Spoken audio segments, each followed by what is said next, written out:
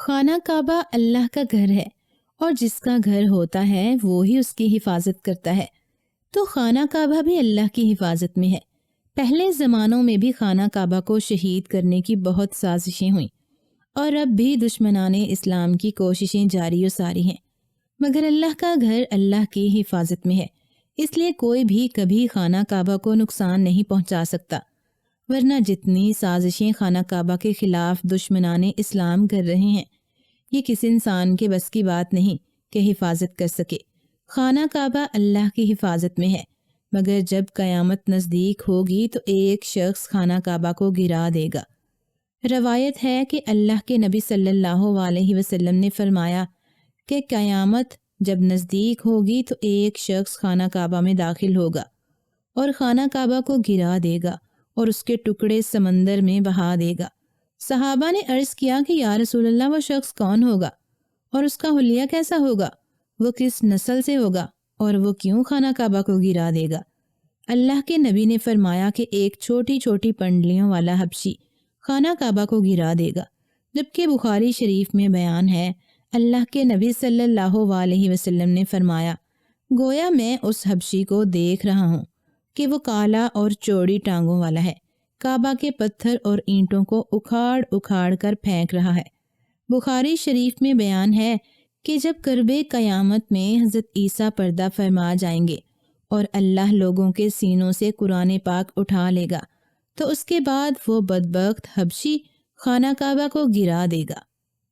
اس حدیث میں افحج کا لفظ ہے، اور افحج اسے کہتے ہیں جو اکڑ کر چلے یا چلتے اس کے دونوں پنجے تو نزدیک رہیں مگر دونوں ایڑیوں میں فاصلہ رہے۔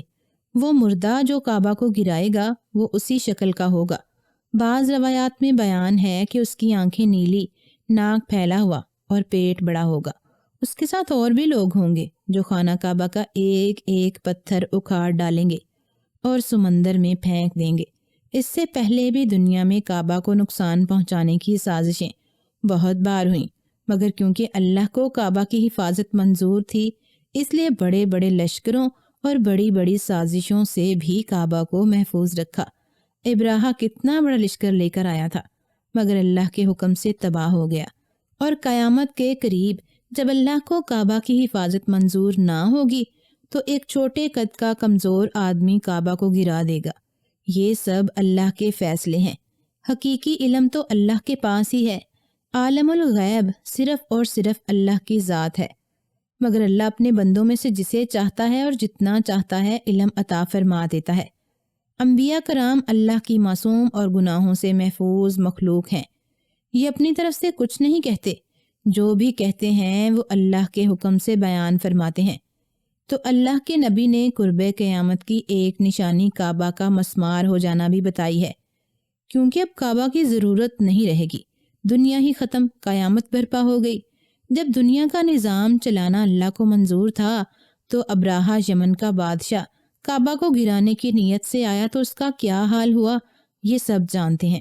اللہ کے نبی کی پیدائش سے 25 دن پہلے ابراہہ ہاتھیوں کی فوج لے کر کعبہ کو گرانے کی نیت سے حملہ آور ہوا کہ ابراہہ نے یمن کے دارالحقوقت صنعا میں ایک بہت عظیم اور شاندار محل تعمیر کروایا تھا، جسے اس نے گرجا گھر قرار دیا، اور اس کی کوشش تھی کہ عرب کے لوگ خانہ کعبہ کی بجائے میرے بنائے ہوئے گرجا گھر کا حج کیا کریں۔ چنانچہ قبیلہ کنان کا ایک شخص غصہ میں یمن گیا اور وہاں اس گرجا گھر میں گھس گیا، وہاں پخانہ کیا اور اس گرجا گھر کو نحوست سے لت پت کر دیا۔ جب ابراہہ کو یہ خبر ملی تو وہ انتہائی طیش کے عالم میں ہاتھیوں کی فوج کو لے کر مکہ پر چڑھائی کرنے آیا اور کعبہ کو گرانے کے ارادے سے نکلا۔ اس کی فوج اگلے دستوں نے مکہ والوں کے اونٹ اور دیگر مویشی اپنے قبضے میں کر لیے۔ ان میں 200 سے 400 اونٹ حضرت عبد المطلب کے بھی تھے۔ اس واقعہ سے حضرت عبد المطلب کو بڑا رنج ہوا اور وہ ابراہہ سے بات کرنے اس کے لشکر میں گئے۔ ابراہہ کو جب حضرت عبد المطلب کے آنے کی خبر ہوئی تو اس نے انہیں اپنے خیمے میں ہی طلب کر لیا۔ جب حضرت عبد المطلب اس کے خیمے میں گئے تو اس کے حسین چہرے، دراز قد اور باروب شخصیت کو دیکھ کر ابراہہ بہت متاثر ہوا۔ ابراہہ بے اختیار اپنے تخت سے اتر کر حضرت عبد المطلب سے ملا، انہیں اپنے پاس تخت پر بٹھایا اور پوچھا کہ بتائیں کیسے آنا ہوا؟ حضرت عبد المطلب نے جواب دیا کہ جو مویشی آپ کے سپاہی ہانگ لائے ہیں ان سب کو ہمارے حوالے کر دیں۔ ابراہہ کہنے لگا، اے مکہ کے سردار، میں تو سمجھا تھا کہ آپ بہت بلند ہمت والے ہیں۔ آپ کی اس اونٹ اور بکری کی بات نے میری نظر میں آپ کی قدر و منزلت کم کر دی ہے۔ آخر اس اونٹ اور بکری کی حیثیت ہی کیا ہے؟ میں تو یہاں خانہ کعبہ کو مٹانے آیا ہوں، مگر آپ نے کعبے کے بارے میں کوئی بات ہی نہیں کی۔ تو حضرت عبد المطلب نے جواب دیا کہ کعبہ میرا گھر نہیں ہے، کعبہ تو اللہ کا گھر ہے، اللہ اپنے گھر کی حفاظت فرمائے گا۔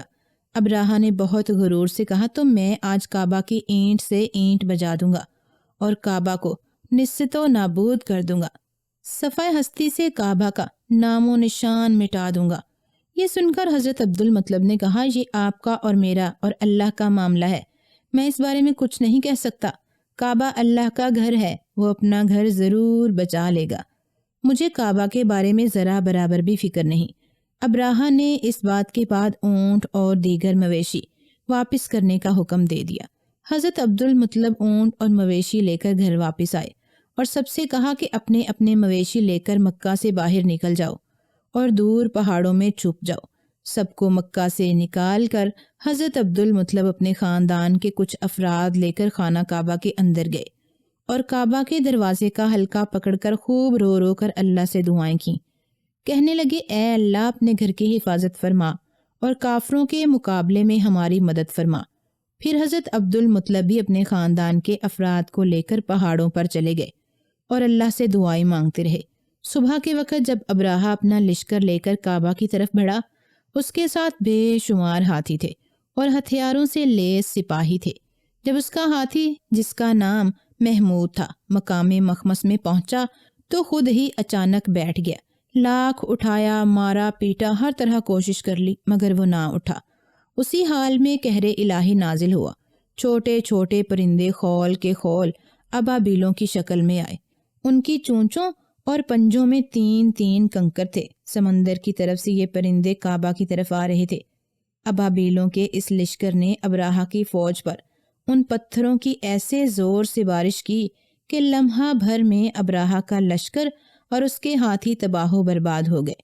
یہ پتھر اللہ کے حکم سے ایسی زور سے ہاتھیوں پر سوار آدمیوں کے سروں پر گرتے کہ ان کے سروں کو چیرتے ہوئے ہاتھی میں سوراخ کر کے آر پار ہو جاتے۔ ابراہہ کے لشکر کا ایک بھی آدمی اور ایک بھی ہاتھی زندہ نہیں بچا، سب کے سب سمندر میں ہلاک ہو گئے، اس طرح کہ ان کے جسم کی ایک بھی بوٹی سلامت نہ بچی۔ تو کعبہ کو تباہ کرنے کی خواہش اور کوشش تو بہت بار کی گئی، مگر اللہ نے حفاظت فرمائی۔ مگر قیامت کے نزدیک جب اللہ کو کعبہ کی حفاظت خود منظور نہ ہوگی تو ایک معمولی آدمی کعبہ کو توڑ دے گا۔ آج کل حالات کے تناظر میں اکثر لوگ یہ اندازہ لگا رہے ہیں کہ بس قیامت قریب ہی ہے، اتنا عرصہ رہ گیا قیامت آنے میں، اتنے سال رہ گئے، مگر حقیقی علم قیامت کب آئے گی صرف اور صرف اللہ کو ہی ہے۔ کتنے دجال دنیا میں آئے، کتنی لڑائیاں ہوئیں، کتنے ہی فساد ہوئے، بیت المقدس کئی بار آزاد ہوا، کئی بار یہود کے قبضے میں چلا گیا، کتنے ہی دجال نما لوگ آئے، آج دنیا کو ان کا نام و نشان بھی معلوم نہیں۔ تو یہ سلسلہ جاری ہے جب تک دنیا کو قائم رکھنا اللہ کو منظور ہے۔ جب اللہ کو دنیا کو ختم کرنا منظور ہوگا تو قیامت آ جائے گی۔ کب آئے گی اس کا حقیقی علم صرف اللہ کو ہے، باقی سب قیاس آرائیاں ہیں۔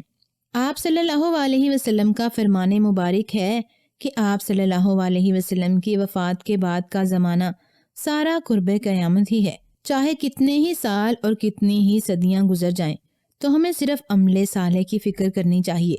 قیامت کے دن صرف اور صرف عمل صالح ہی کام آئیں گے۔ اللہ تعالی ہمیں عمل صالح کرنے کی توفیق عطا فرمائے اور دین کی سچی محبت عطا فرمائے، آمین۔